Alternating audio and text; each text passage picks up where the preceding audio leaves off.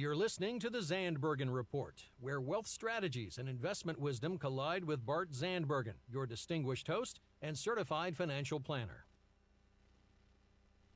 Welcome to the Zandbergen Report, showcase for wealth strategies and investment wisdom that's essential for our evolving world. I am your host, Bart Zandbergen. In studio, as usual, we have our engineer, Paul. Paul, how are you? I'm good.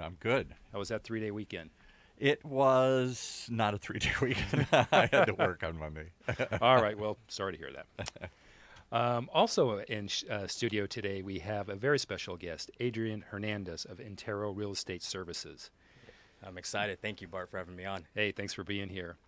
So, little backdrop. I met Adrian at the gym, actually. Yes. And it's not very often where you meet someone, and I'm gonna refer to you as a millennial. Absolutely. Because you fall in that okay. category, but someone that is so driven and so disciplined to show up at the gym at 4:30 or 5 every morning. Yes. To which I thought, this is someone that I'm going to have to meet and find out what he's all about.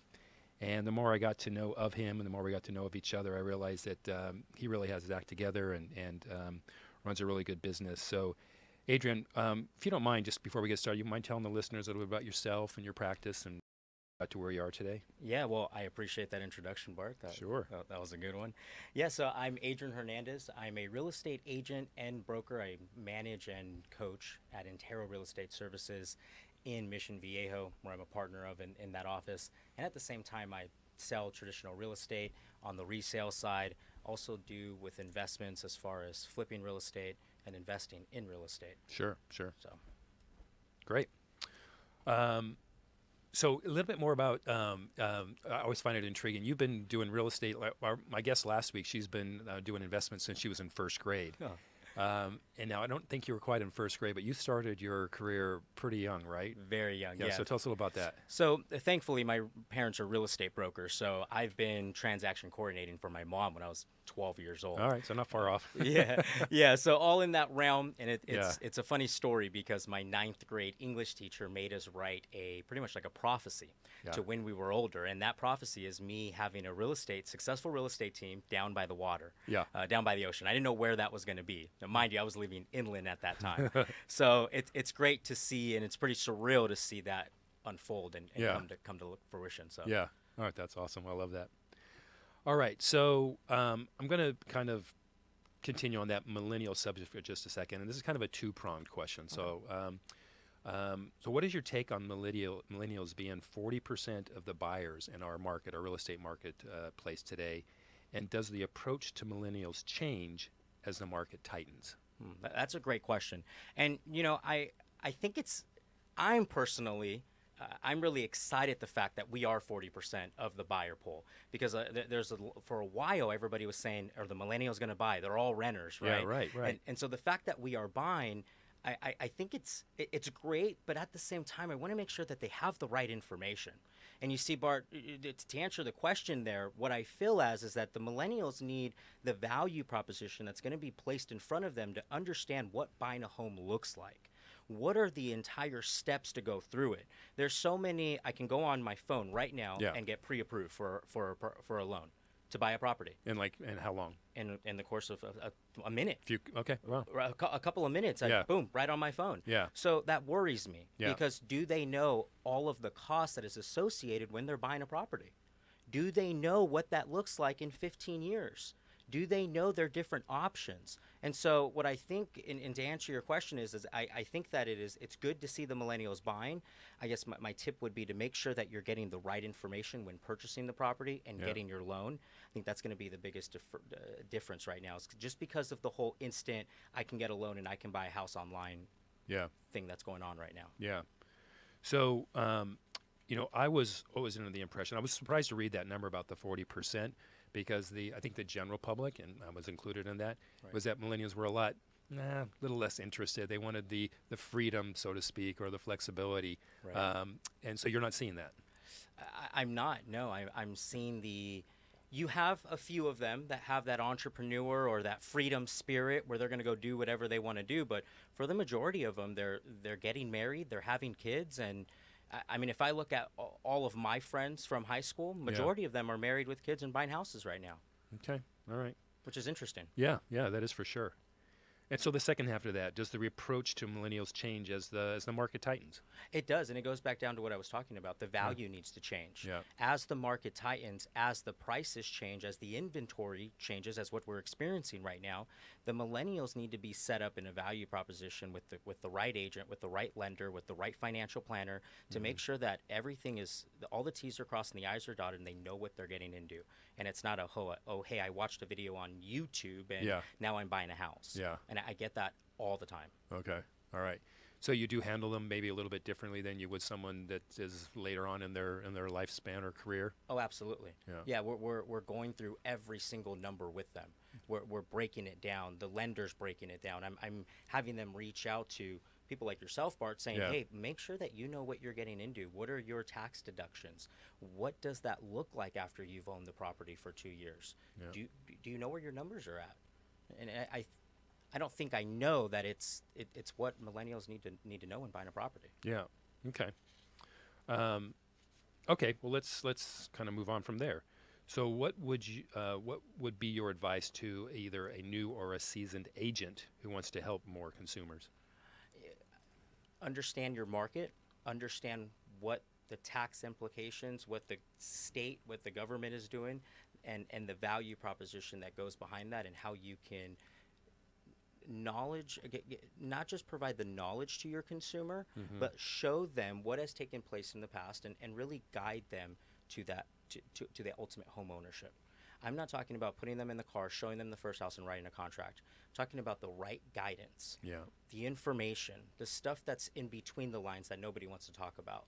And as a professional, if you can take yourself and spend an hour, I got this from my coach, spend an hour every single day learning and reading something about your profession, that compound effect that's going to take place over the course of the year is going to be huge, and you will be a master in your area. Yeah. But to really answer your question here, Bart, we need to get very serious about knowing our market, very serious about what do the consumers need for value to buy a home. Not, oh, hey, here's a home loan, go buy a property. What is everything that goes into it? And I think that's huge going into the marketplace. Yeah. All right. That's interesting. All right. So we're going to switch gears a little bit. Tax Reform Act. Yes. Okay. So that was passed in December of last year. A lot of new laws, a lot of new updates, and most of it's still being absorbed. I understand it. Even the IRS hasn't really completely absorbed it, from what I can tell. Right. One of the ones that I think affects both you and me in my business is the new limit on deductibility of a mortgage, $750,000. Yeah. So I have my opinion on what that's going to do with the real estate market. What's yours? Well, my opinion is that it's obviously going to decrease the inventory, which we're already experiencing. I feel like that's only going to get more tight. That's only going to tighten, and at the same time, prices are going to flatten. But what I do know about, or what I would say, is that when you look at the tax reform, for the most part, it's really affecting where we're at, the coastal areas, right? Mm-hmm. The high-end areas, the Beverly Hills, the above $1 million. In the average sales price, if you look at anywhere else, is what, $400,000? So it really won't affect them too much. Now, you talking $400,000 average in California, or are you talking about the nation? Well, we're talking California. If you look inland, right? If you look inland, you're at a $400,000 average sales price. Okay, so all right, so if we average all of California, is that 400,000? Or are you saying just inland empires or inland? I'm just talking about inland California. Okay. Now, if we take a look at nationwide, we're like $200,000 on a nationwide perspective. The tax reform's not going to have too much of a concern on that. Right. But when we look at the high-end areas, we do. And I do see that changing the market. I do see that changing the inventory. I do see that bringing us into what's called a normal market, where properties take longer to sell, where the buyers, there's the supply is just as equal as there are the demand, and that's going to happen due to the interest rates also. So it's all coming together. Yeah, you actually just took my next question. The interest rates, I think, for sure are going to impact, right? Right, absolutely. I mean, you still got, what's your percentage of cash buyers? Is it large? 25% in our business. Okay, that's still pretty high for writing 7-figure, maybe 8-figure checks. Right. And I'm seeing $1 million, $2 million cash buyers quite often. Yeah. Okay. Which is interesting. All right. So and I tend to agree with you. I think it's going to have some impact. Some areas more than others. Right. And definitely the states that are, so we've got California, we've got New York, New Jersey, the coastal states for sure. Exactly. Yeah. Well, and then one thing we got to think about, Bart, is we're buying a $1.1 million home. This tax reform, if you take a look at it in numbers, and you're at an interest rate of 4%, and your average tax bracket's 25%. So that means if you look at what the tax reform did, you're in essence spending additional $200 a month. When you're buying $1 million home, Yeah, don't know probably if not $2 million is going to really make or break your idea of saying yes or no. So, but don't forget, there's more than just that. There's the salt, right? The elimination of salt. So the property tax. I think there's going to be those buyers that were maybe on the limit that said, hey, if I can't deduct more than 10 grand, if I can't deduct a property tax, if I can't deduct more than of 750,000, maybe not, or maybe I'm not going to buy as expensive of a house, which I think could possibly compress. Absolutely. And the move-up buyers are going to second-guess it. Yeah. They're going to think twice and go, okay, Exactly. does this make sense? So now we are dealing with people that would have sold between the 400 to 700 mark that are now saying no because of the tax reform, and now they're not buying that $1.5 million house. Yeah. And that can be a big deal. Because the mortgage deduction is grandfathered, correct? Right. And the SALT is not. That's just for regardless. Right. And then in 2026, something's supposed to occur at that point. Yeah. It's called, it basically goes away. Right. Right. All right. I think we're going to have time for a quick break, and we'll be right back. All right.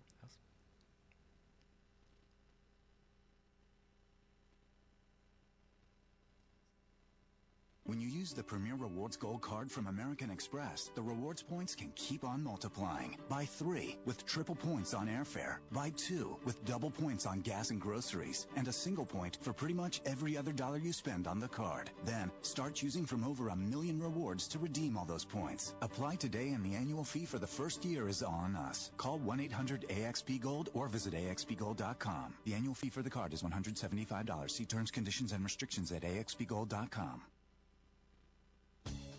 Do you want a free analysis of your inbound marketing? Do you want it in 30 seconds or less? Then check out Marketing Grader, the free marketing tool from HubSpot. It's simple. Just go to marketinggrader.com, enter the URL that you want to analyze, and Marketing Grader will instantly give you a detailed report grading your lead generation, mobile marketing, social media, competitive benchmarking, and more. It's simple, it's powerful, and it's free. marketinggrader.com. All right, back to Bart and his guest. All right, welcome back. And all right, Adrian. So let's finish up on that tax reform. So we may or may not see a compression on prices, and we both agree we could probably see something. How do you think that's going to affect inventory? Well, with what we were just talking about with the move-up buyers, I feel like that's going to drastically affect inventory, as most of them are not going to be too intrigued to go buy that $1 million, $2 million house. And then something we got to think about is, are that $1 million, $2 million, are those homeowners going to start saying, hey, California, what are we doing? And does this make sense for me to get my money out of here? I mean, that's personally what I'm experiencing. I recently had 2 sellers say, they called me, the whole tax reform happened. They said, Adrian, I'm not doing it anymore. I'm out. We're going to Florida. When can you list my house? So I see both of those going on, but it's going to be interesting to see if they do sell. If those people do happen to sell, will the $650 to $700 say, okay, $300 to $200 a month isn't that big of a deal? To see that happening, well, that's going to have a lot to do effect on the interest rates. Yeah. Okay. And by the way, I'm seeing the same thing. I've had a handful of clients that either have moved their location for sure, and either they've retired and or moved and or said, I'm just going to move my business. I've had a client that moved to Texas, whole business, all employees, everything. So it happens. It happens. Like I started by saying, I find you to be unique for what you've accomplished at your age and so forth. Thank you. So tell us about your average day. I know you get up early, so you get up. I know you're at the gym early, so tell us how your day starts and how it ends. So it's funny. I just did a YouTube video on this on my daily schedule, and I'm getting a bunch of messages on nice. Actually helping them. So I didn't know that, but go ahead. Yeah. So in essence, I wake up at 4:30 in the morning, and my goal is to be at the gym by 5 o'clock. Yeah. So at the gym by 5, I'm out of there by 6. I'm in the office by 7, and then so from 7 to 7:30, I'm just mindset. I'm doing affirmations. I'm writing down gratitude, right? Yeah. What I'm happy about, Nice. all the good stuff. Yeah. And then I go straight into role play. So I role play for 30 minutes, and that's just me mastering my craft, working on different scenarios. And then I get straight on the phones, and I'm lead generating. I'm looking for buyers. I'm looking for sellers. Yeah. I do that for 4 hours. I do that till 12 o'clock every single day. Rather if I'm calling real estate agents or people that are looking to buy, people are looking to sell, or just leads that we've received from online. So I do that till 12. 12 I go into follow-up. 1 o'clock I take a quick little lunch, which is typically at my desk. And then 2 o'clock I'm working on the business, which is actually inside of it, different systems. What can I get better at? How can I get better?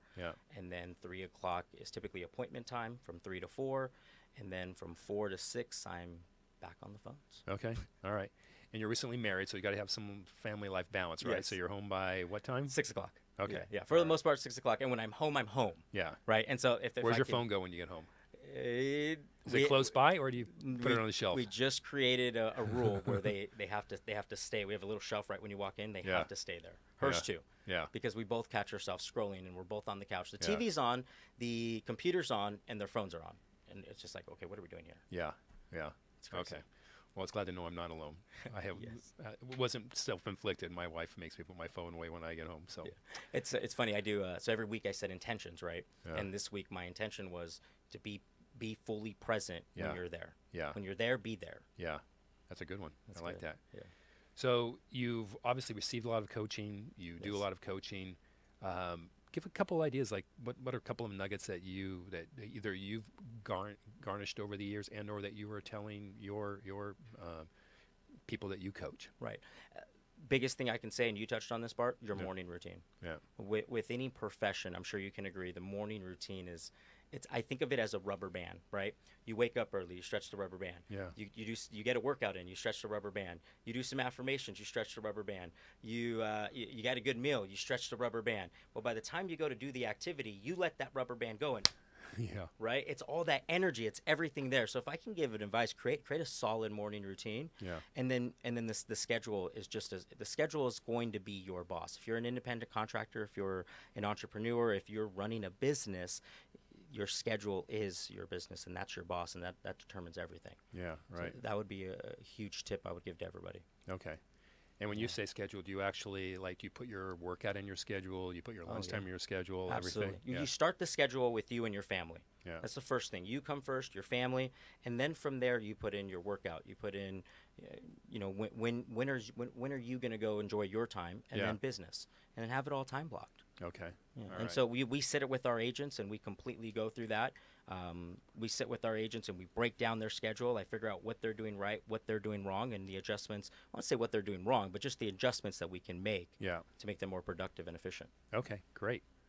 All right, we're going to take another really quick break, and we'll be right back. All right, awesome.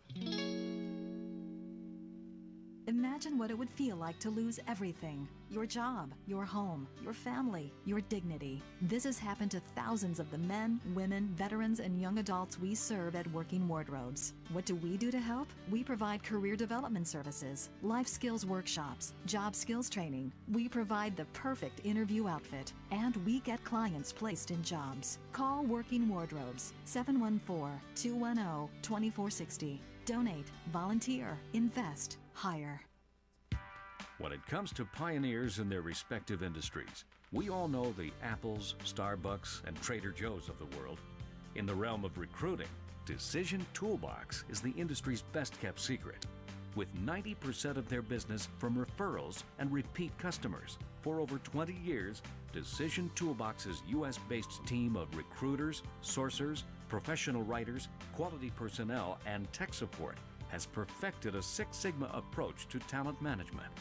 No matter the size of the project, Decision Toolbox delivers incredible results. A cost per hire less than half of what contingency firms charge, with the winning candidate presented in an average of 14 days, all with a 12-month candidate warranty.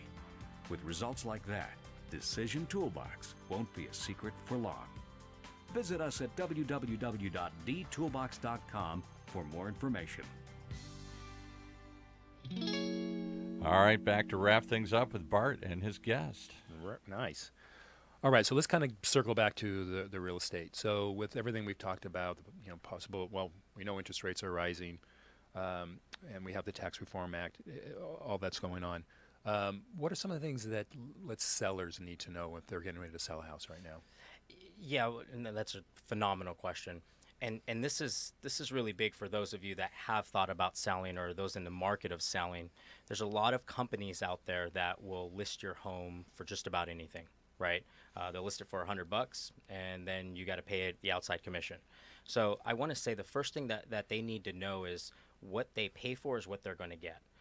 A lot of sellers in this marketplace, because the market is hot, they're thinking they can maybe do it on their own, or they're maybe thinking they can get a discount agent. Yeah. I just want you to be aware. I've personally experienced the last 5 clients, the last 5 sales we've had. Yeah.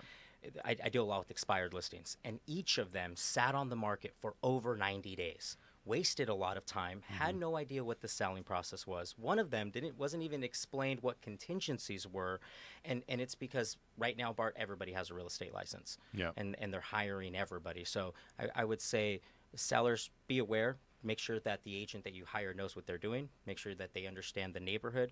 And when you ask them, hey, are you willing to cut your commission? And if they automatically roll over and, yes, I'll do whatever you want, I want you to run for the hills because they're more than likely going to do it with your sales price. Yeah. And I see that quite often. So just make sure that the value is there and that the agent knows what they're doing, and ask them a couple of questions. Say, hey, what is the turnover ratio in my neighborhood? Or, hey, I'm curious to know, what is the absorption rate here? You know, if you look at this entire area, what do you think the absorption rate is? And to give sellers, you know, what an absorption rate is if you take all the active, all the pending, all the closed, and all of the properties that are under contract, you add them up, let's say it's 100, and then you take the number that sold, and let's just say 10 of them sold. Okay. Right? You're going to divide that too. Okay. That's going to give us I a see. percentage. Okay. That percentage is the absorption rate in the area. That's going to tell us what is the market demanding and what's the average percentage that your property has to sell based on what the market has to offer. Okay. Somebody just tweeted in a question you just answered, what is the absorption rate? And somebody then followed it and said, where would you go find this? How would I know? Yeah, absolutely. So you can find that on Redfin. You can find Redfin would probably be the best source. Zillow doesn't bring up everybody, so I would be aware of the Zillow, right? But this is a question to ask them to see if they even respond. If they, hey, do you know what the absorption rate is? And your listing agent goes, it kind of gives you that tilt head. You should probably think a little bit. Yeah. Right? Okay. So to a certain degree, you get what you pay for, kind of, with real estate agents. To the extreme. Yeah. You wouldn't put a Rolex for sale in a garage sale, would you? Yeah. Correct. Right. So we got to be careful. Yeah, so I had a neighbor, and it's the first time I've seen this sign. He said it was really big, and there's a funny end to the story, but he goes, oh, these guys are really big in Europe and in Canada. Purple bricks. Purple bricks. Yeah. Sign was up for 3 months, and then the sign went down, and some other agents went up. So that's that's almost a do-it-yourself, isn't it? It's like an online. Yeah, you pay an agent like $500 or $1,000, and they represent you. Which I believe it's a huge malpractice in the industry. Oh, really? I personally believe it is. Yeah. Because you're performing malpractice. You're not fighting for the sales price. You're not providing the negotiation that they need. Yeah. This market is calling for a professional. Yeah. Mm-hmm. If you don't hire a professional, then you'll experience what that's like. Okay. Another question here, somebody, and this is kind of one off of my thing here too, because I went through this recently with my daughter-in-law, or my daughter and son-in-law. If somebody hires an agent, what is that agent going to do to market the property? In a world where all the things are online, everybody sees it, it's all out there. It used to be, well, gee, I run more ads and I've got more offices or something here. Right. Or am I looking at the wrong way? They're not there to market it because the whole world knows instantly you're out there. It's more what they do to get a qualified buyer and to hold the price up. What's the role of the agent these days? To market it or to make the deal? Well, it's to do both. It's to market the property efficiently, but it's to also, there's a difference. There's passive marketing and there's active marketing. Passive marketing is putting on every single website out there, making sure everybody knows about it. That's very easy to do. I can spend $10,000 right now and it'll go everywhere. Okay. Okay, great. Now, active marketing. Are you engaged in the people that are looking at the property? Are you looking at it every single day and going, okay, who do I need to call that can be a prospective buyer for this home? You know, what I personally do when I list a home, I go and I door knock the entire neighborhood. I door knock the entire neighborhood. I call the entire neighborhood. I leave voicemails. I'm going to exterior neighborhoods because I'm going to try to find the buyer for this person. I cannot rely on passive marketing like the internet to bring me a buyer. Will it eventually? But if your home's not selling, then I got to get out there and I got to find your buyer. Yeah. And, all right. And I'm going to say that's the biggest thing that an agent needs to do. Yeah. And when you look at it, back then it was all marketing. Yeah. Now it's what are you going to do different? Okay. How are you going to negotiate when an offer comes in? Are you going to roll over it, or are you going to make sure that we can get the most amount of money for my home? Because I know sellers' number one concern is making sure they don't leave any money on the table. Right. And sometimes we'll hire a 4% agent and end up thinking we're saving 2% on commission. You're right. We end up losing like 10%. Yep. In the long run. Penny wise, pound foolish, right? I love that. Okay. All right, so we're running short on time. So last question before we wrap up. So we talked about sellers. What about buyers? A couple quick things that buyers should be looking for. Yeah, same thing, guys. Instant gratification does not going to come down to buying a house. Get away from that. We're going to need to take some time. We're going to need to explore your numbers. There's so many different programs out there. Making sure you know what you're getting into. Don't just get pre-qualified to get pre-qualified. Sit down with them and understand what's going on. Okay. And then as far as finding listings, making sure that you have an agent that's out there doing the same thing like I'm explaining, door knocking and actively finding them the property. Right. If I have a buyer and there's no listing on the MLS, I'm going to go door knock a neighborhood that they want until I find the house for them. Yeah. Well, I love your style, Adrian. I love your style. All right. Well, it's certainly been a pleasure having you in the studio with me today. And I have the honor of asking you, this is called my final question, which is final thought question, we'll say. Please share with us your ultimate lesson learned as your tenure as a real estate professional. Patience. We want it tomorrow. That's the biggest lesson that I've learned is I've wanted it yesterday, and I'm still dealing with it today. I want the Ferrari tomorrow. I want the big house tomorrow. I want it's just calm down. Yeah. Calm down. Yeah. And so patience is the biggest thing that I've learned, and understand that whatever you're doing takes some time. Yeah. And it's just like working out. Not going to get there tomorrow, and you're not going to get there by waking up and going to the gym once. That's right. All right. I was just going to say that works in real estate, and that works over all aspects of life. Same thing with your marriage, with your kids. You can't just be nice to them once. Yes, exactly. I'll tell you for sure, I'm going to have you back sometime where we spend a whole half hour talking about discipline between you and I. I think we're going to have a pretty good show. Yes. It's the foundation. All right. I'm going to throw you a last little zinger. What's your guilty pleasure? Guilty pleasure. Besides exotic cars? Well, that's a pretty good pleasure. Yeah, I would say that. Okay. Exotic cars, yeah. Okay, yeah, and nice watches. Nice watches. I've gotten over the watch stage. That was when I was just starting to make some money in real estate, and then I realized, okay, let's maybe go for something that if we resell, we can get our money back. All right. Well, Adrian, thanks again for being in the studio today. And for those of you who want to learn more about Adrian, you can visit his website at www.interorealestate.com. That's INTERO realestate.com. Thank you so much, everyone who has tuned in, and we look forward to being back in the studio next week. Cheers. Appreciate you, Bart. All right, Adrian. Tune in next week for the latest edition of the Zandbergen Report, Tuesdays at 2 p.m. Catch up on our recent shows by visiting www.bartzandbergen.com. Interested in being a featured guest on our show, or have a question you'd like to hear us answer on the Zandbergen Report? Email podcast@bartzandbergen.com.